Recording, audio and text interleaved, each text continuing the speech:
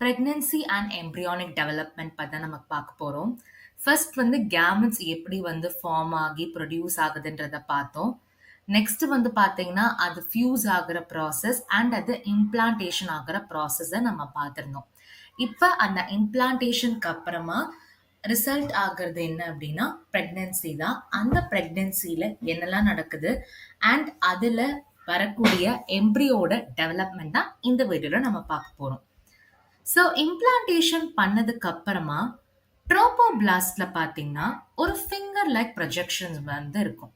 Trophoblast அப்படின்றது என்ன? நம்ம பிளாஸ்டோமியர்ல இருக்கிற அவுட்டர் லேயர் செல்லை தான் ட்ரோபோபிளாஸ்ட் அப்படின்னு நம்ம சொல்லுவோம்.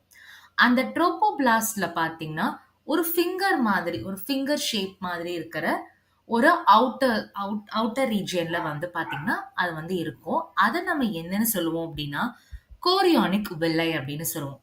இந்த கோரியானிக் வில்லையை சுத்தி யூட்ரின் டிஷ்யூவும் மேட்டர்னல் பிளட் அப்படின்றது யார் பிரெக்னெண்டா இருக்காங்களோ அந்த லேடியோட பிளட். ஸோ லேடி தான் மேட்டர்னல் ஆர் மதரோட பிளட். ஓகேவா? ஸோ இந்த கோரியானிக் வில்லையும் அண்ட் யூட்ரின் டிஷ்யூ என்ன ஆகும் அப்படின்னா ரெண்டும் கம்பைன் ஆகி ஒரு ஸ்ட்ரக்சரல் அண்ட் ஃபங்க்ஷனல் யூனிட்டா வந்து ஜாயிண்ட் ஆகும். எங்க அப்படின்னா டெவலப் ஆகிற எம்ப்ரியோவுக்கும் மேட்டர்னல் பாடிக்கும். அந்த டெவலப் ஆகிற எம்ப்ரியோவோ ஃபீட்டஸ் அப்படின்னும், அந்த ஃபீட்டஸ்க்கும் அந்த ஃபீட்டஸோட அம்மாவுக்கும் இடையில ஒரு ஜாயிண்ட் மாதிரி கனெக்ட் ஆயிருக்கும். அது வந்து கோரியானிக் வில்லை அண்ட் யூட்ரைன் டிஷ்யூஸ் மூலமா உருவானது. அதை நம்ம என்னன்னு சொல்லுவோம் அப்படின்னா பிளசண்டா அப்படின்னு சொல்லுவோம். டயக்ராம்ல பார்த்தாலே தெரியும். இதுதான் நம்ம பிளசென்டல் வில்லை ஆர் கோரியானிக் வில்லை. ஸோ இதுதான் வந்து பார்த்தீங்கன்னா அட்டாச் ஆயிருக்கு. ஸோ இந்த பிளசண்டா வந்து எதுக்காக யூஸ் ஆகும் அப்படின்னா ஆக்சிஜன் சப்ளை ஆகிறதுக்கு, அந்த எம்ப்ரியோக்கு தேவைப்படுற நியூட்ரியன்ஸ் அண்ட் அந்த எம்ப்ரியோல இருந்து வர removal of carbon dioxide, அதோட வேஸ்ட் மெட்டீரியல், இது எல்லாமே ஒரு இன் அண்ட் அவுட் வந்து பண்றதுக்கான ஒரு ஃபெசிலிட்டி தான் பிளசண்டா வந்து கொடுக்கும். இந்த பிளசண்டா வந்து எம்ப்ரியோவோட உம்பிளிக்கல் கார்ட்ல தான் கனெக்ட் ஆயிருக்கும். ஸோ அதை நம்ம டயக்ராம்லேயே பார்த்தாலே தெரியும். இதான் நம்ம உம்பிளிக்கல் கார்டு அப்படின்னு சொல்லுவோம். அதோட பிளட் வெசல்ஸும் இருக்கும், அதோட கனெக்ட் ஆயிருக்கும். ஸோ அதுதான் வந்து பார்த்தீங்கன்னா டிரான்ஸ்போர்ட்டேஷன், எம்ப்ரியோல இருந்து வரக்கூடியதும் அண்ட் மதர் கிட்ட இருக்கிற நியூட்ரியன்ஸ், ஆக்சிஜனும் எல்லாமே இது வழியா தான் போகும்.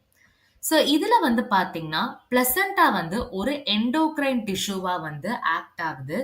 அண்ட் அந்த எண்டோக்ரைன் டிஷ்யூவா இருக்கிறதுனால அது சில ஹார்மோன்ஸை செக்ரீட் பண்ணும். அந்த ஹார்மோன்ஸ் என்னெல்லாம்னா human chorionic gonadotropin, human placental lactogen, estrogen, progesterone, இந்த மாதிரி ஹார்மோன்ஸ் வந்து ப்ரொடியூஸ் ஆகும். அண்ட் ரொம்ப முக்கியமான ஒரு எம்சிக்யூ என்ன அப்படின்னா ரிலாக்சின் அப்படின்ற இந்த ஹார்மோன். இந்த ஹார்மோன் வந்து பிரெக்னன்சி டைம்ல வந்து பாத்தீங்கன்னா ஓவரி செக்ரீட் பண்ற ஹார்மோன் பேர் என்னன்னா ரிலாக்சின். சரி, நல்ல ஞாபகத்துல வச்சுக்கோங்க. ஹெச்சிஜி அதாவது human chorionic gonadotropin, HPL human placental lactogen and relaxin, இந்த 3 ஹார்மோன்ஸும் ஒரு உமன் பிரெக்னெண்டா இருக்கும்போது ப்ரொடியூஸ் ஆகிற ஹார்மோன்ஸ். மற்ற எந்த டைம்லயுமே இந்த ஹார்மோன்ஸ் வந்து ப்ரொடியூஸே ஆகாது. ரொம்ப இம்பார்ட்டண்டான ஒரு எம்சிக்யூ. ஹெச்சிஜி, ஹெச்பிஎல், ரிலாக்சின் வந்து ஒன்லி டியூரிங் பிரெக்னன்சி தான்.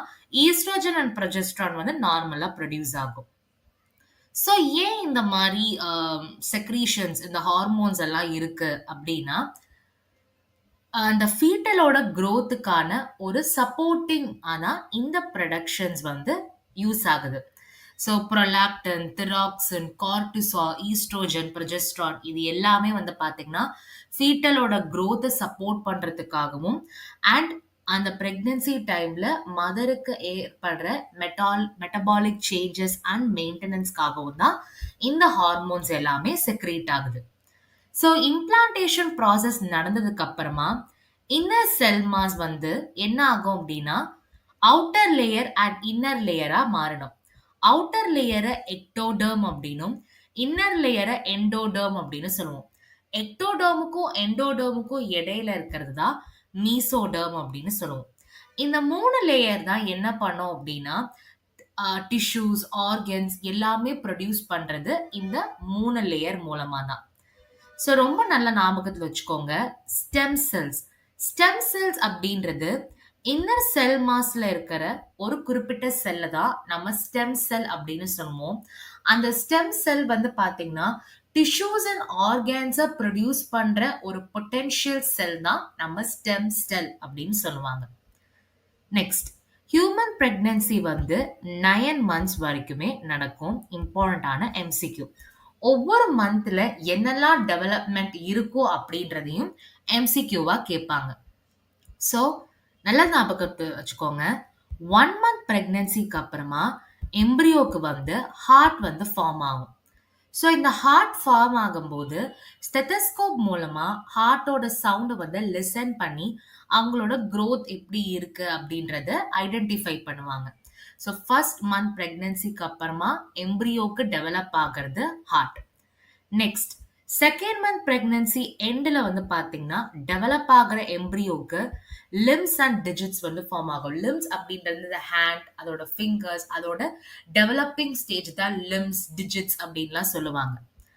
By the end of 12 weeks, அதாவது ஃபர்ஸ்ட் ட்ரிமஸ்டருக்கு அப்புறமா முக்காவாசியா இருக்கிற ஆர்கன் சிஸ்டம்ஸ் எல்லாமே டெவலப் ஆகும். எக்ஸாம்பிள் லிம்ஸ், எக்ஸ்டர்னல் ஜெனிட்டாலியா, இது எல்லாமே டெவலப் ஆகும். அண்ட் ஃபர்ஸ்ட் மூமெண்ட்ஸ் வந்து எப்போ, அதாவது ஃபீட்டஸோட ஃபர்ஸ்ட் மூமெண்ட், அதோட ஹெட்டில் ஹேர் அப்பியர் ஆகுறது, இது எல்லாமே நம்ம எந்த மந்த்ல அப்சர்வ் பண்ணலாம்னா 5th மந்த்ல நம்ம பார்க்கலாம். அண்ட் செகண்ட் ட்ரிமஸ்டர், அதாவது 24 வீக்ஸோட எண்டில் அந்த ஃபீட்டஸோட பாடியை சுற்றி ஃபைன் ஹேர் அண்ட் அந்த ஹேர்ல வந்து ஐலிட்ஸ், ஐலாஷ் இப்படின்னு தனித்தனியாக செப்பரேட் ஆகி ஃபார்ம் ஆகும். அப்படி 9 மந்த்ஸ் ஆகும்போது அந்த ஃபீட்டஸ் நல்லா டெவலப் ஆகி டெலிவரிக்கு ரெடியா இருக்கும். ஸோ இதுதான் ரொம்ப முக்கியமான ஒரு எம்சிக்யூ. ஃபர்ஸ்ட் மந்த் எண்ட்ல ஹார்ட் வந்து டெவலப் ஆகும். செகண்ட் மந்த் எண்ட்ல லிம்ஸ் அண்ட் டிஜிட்ஸ் டெவலப் ஆகும். ஃபர்ஸ்ட் ட்ரிமஸ்டர் எண்ட்ல எல்லா ஆர்கன் சிஸ்டம்ஸுமே டெவலப் ஆகும். அண்ட் 5th மந்த்ல வந்து பார்த்தீங்கன்னா ஃபர்ஸ்ட் மூமெண்ட், ஹேர், இது எல்லாமே நமக்கு பார்க்க முடியும். ஸோ இவ்வளவுதான் நம்மளோட நம்ம எம்ப்ரியானிக் டெவலப்மெண்ட் அண்ட் பிரெக்னன்சியோட டாபிக்.